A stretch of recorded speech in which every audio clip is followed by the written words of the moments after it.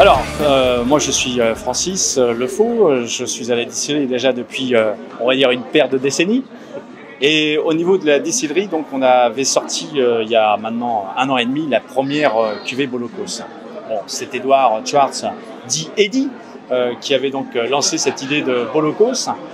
Et on voulait donc faire un brut de colonne, mais naturellement on ne voulait pas faire un brut de colonne pour faire monter en alcool. Le but du jeu, c'est quand même dégager avant tout des arômes et des valeurs gustatives. Et ça, c'est pas toujours évident. La surenchère de faire grimper la brut de colonne à tout va, comme on est tous en train de le faire aujourd'hui, c'est pas forcément une réussite. Donc il faut faire très attention à toujours garder cette qualité aromatique et gustative.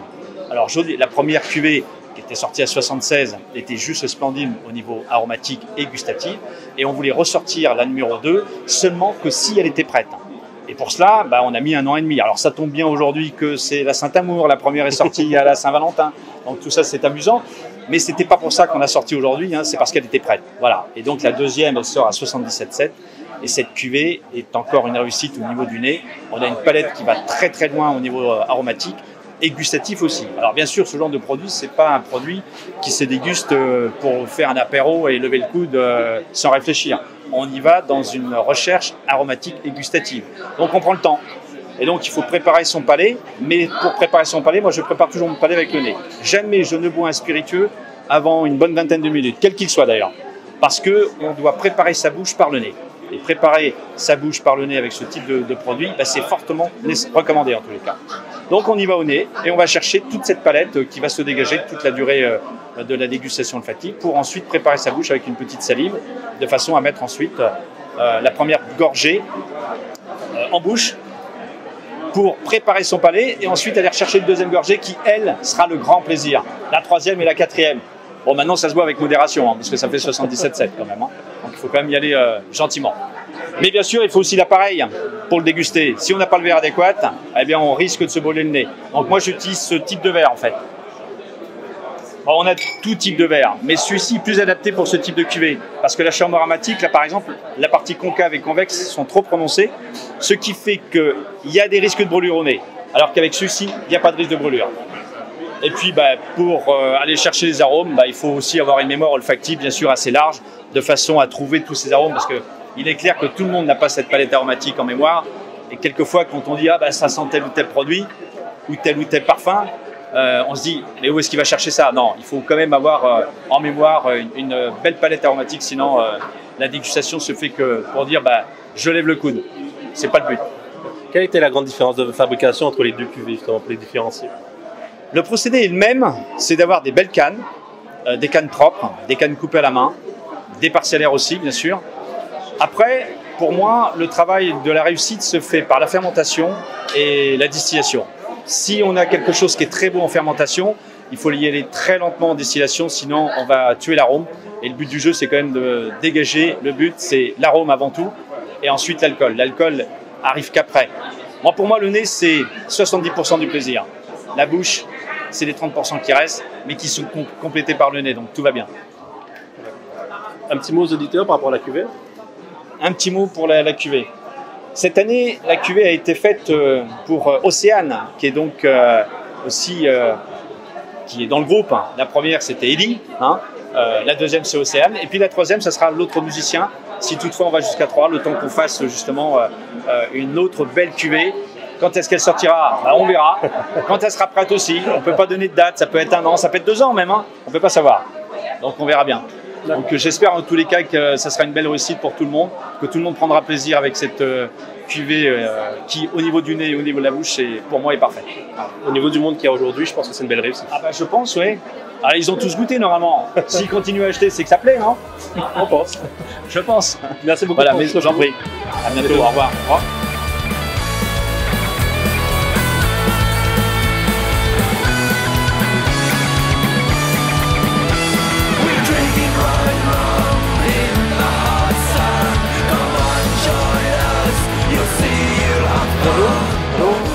Vous présenter auprès du public? Alors moi c'est Di Caramello, donc je travaille à la distillerie Montebello, je m'occupe du rhum et je me suis amusé à dessiner tout l'artwork pour Bolocos. Et voilà. Et madame? Alors moi c'est Océ Chipret, je suis chanteuse et bassiste du groupe The Bolocos.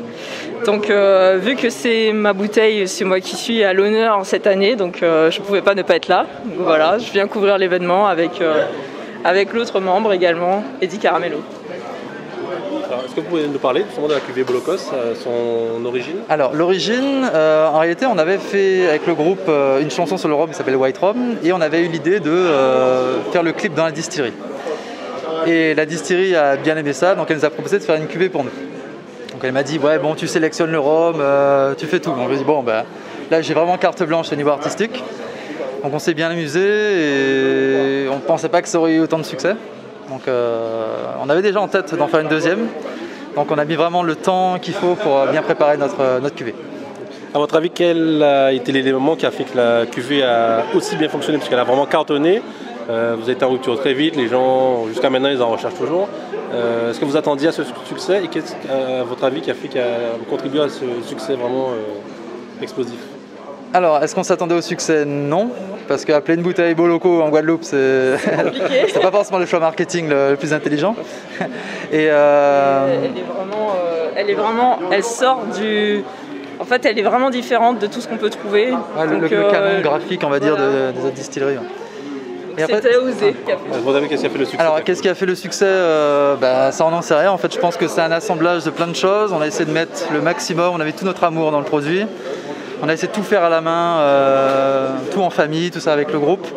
Donc voilà. Petite pensée d'ailleurs pour Mr. Fridge, le troisième membre du groupe. Le batteur du groupe. Ouais. Il ne pouvait pas être là aujourd'hui, mais on a une petite pensée pour lui. Bon, voilà. On espère qu'il sera là pour la troisième cuvée, parce qu'apparemment, ce sera lui la vedette. Là, obligé, il sera là. Ouais. Alors pour présenter les spécificités du produit, donc en fait, c'est une sélection monovariétale, donc c'est que de la canne rouge. C'est parcellaire, donc c'est vraiment des parcelles de Montebello qui bénéficient d'un ensoleillement assez particulier, d'une pluviométrie qui est sympa. Et donc on a distillé notre rhum à 77,7 avec monsieur Alfred Switzanker qu'on met à l'honneur sur cette cuvée. Parce que la première fois c'était le planteur et maintenant c'est le travail du distillateur. Et avec Océane, avec Hugues Labrador qui malheureusement nous a quittés, à qui on rend un hommage appuyé. On a fait une sélection, on a essayé de faire le meilleur de la distillerie. Voilà.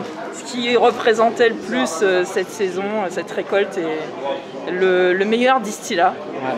En fait, c'est une question de goût aussi. Hein. Oui. Donc on n'a pas essayé de faire un produit, on va dire, qui plaise à tout le monde. Il nous plaît à nous, on espère qu'il va plaire au maximum de personnes. Mais voilà, c'est les bruits de colonne, c'est soit on n'aime pas, donc voilà. C'est comme la musique. Et on ne peut être que surpris par en fait, la douceur. Pourtant c'est très fort, ouais. Mais en fait c'est une explosion de saveurs et on est très très surpris par la douceur de ce nectar. C'est pur jus plutôt. Et après pour les notes aromatiques, la première cuvée elle était plus sur des notes un petit peu acidulées, un peu citronnées. Et celle-là elle est plus sur le côté un peu canne fraîche, des petites notes de fruits rouges.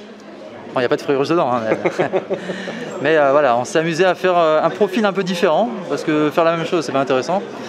Et voilà, c'est s'amuser, c'est de faire progresser le rhum nous-mêmes. Et voilà. Cette journée aussi, c'était vraiment une idée pour partager au maximum avec les proches, avec les personnes qui nous soutiennent, qu'ils aient l'opportunité d'avoir au moins les prix qu'on peut trouver à la distillerie. Et malheureusement, vu que c'est la rareté qui fait que le produit aussi il va se retrouver aussi chez les cavistes. Et la rareté fait que forcément il y a de l'engouement, mais malheureusement il y aura forcément des déçus. Mais c'était aussi histoire de partager vraiment un moment ensemble et d'être plus proches. En fait, on a tenu à garder ce petit nombre-là, 943. C'est vrai qu'il y a des personnes qui sont déçues parce qu'il n'y en a pas pour tout le monde. Mais avec toute l'implication, on va dire, qu'on met dans ce produit-là, si on avait fait le double, on aurait fait ça de manière un peu plus industrielle. Et ce n'était pas notre but. Donc voilà, il y a toute une démarche derrière et on essaye de respecter notre éthique et ce qu'on veut faire.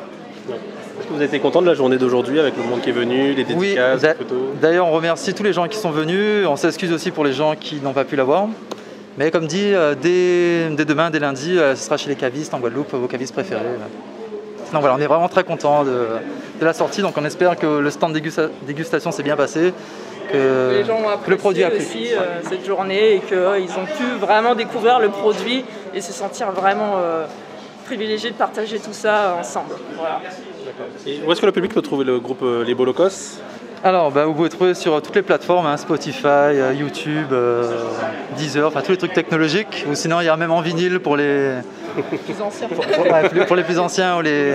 Ah, c'est ça. Les puristes, exactement. Les puristes. Est-ce que vous pouvez présenter le groupe au public? Alors, donc le groupe s'appelle The Bolocos. Donc un boloco en créole pour les gens qui parlent pas trop créole. Un boloco, c'est comment expliquer ça? C'est une sorte de plouc un peu en créole. Donc si on vous traite de boloco, c'est pas génial. Sauf si c'est Montebello. Voilà, c'est un compliment. Ça c'est Montebello. Et donc on a monté le groupe ensemble en 2009 avec le batteur là qui n'est pas là. Et donc on fait du punk rock, donc c'est un style de rock and roll c'est du rock and roll mais avec les deux doigts dans la prise, c'est accéléré. Et voilà, on essaie de s'amuser, faire des choses qui nous plaisent. Même si c'est pas le style, on va dire, traditionnel guadeloupéen, on essaie aussi de mélanger avec des thématiques d'ici, des rythmiques. Parce qu'on a grandi ici, donc forcément on essaye de mélanger ce qu'on aime, ce qui nous porte, et aussi on a été influencé forcément par tout cet environnement. C'est ça, on est né ici, on a grandi ici. On connaît, on parle de Rome, on parle de ce qu'on mange ici, de Bokid. Voilà, et du boloco à travers notre nom aussi. Prochaine chanson d'ailleurs. Voilà. Donc on tient aussi à remercier le Club Rome Guadeloupe pour cette interview, qui fait un super travail pour la valorisation des Roms en Guadeloupe. Donc voilà, big up à vous et merci à vous. Merci pour l'interview. L'équipe Montebello aussi. Et l'équipe Montebello. Toute l'équipe Montebello n'a pas arrêté, on travaille le dimanche. On travaillait plusieurs week-ends pour pouvoir préparer cette journée. Et grâce à eux, on fait ce qui nous plaît, on a pu s'exprimer sur des choses qui nous tenaient à cœur. Grâce au soutien de la famille, des amis, tout ça. Et de toute cette équipe qui est vraiment extraordinaire. Ouais.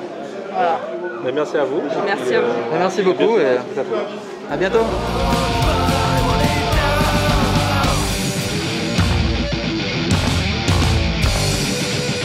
Moi je suis là aujourd'hui pour la nouvelle Bolocos.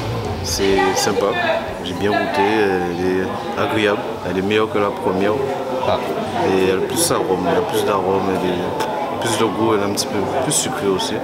Mais c'est super. C'est dommage qu'on ne peut pas avoir de bouteilles.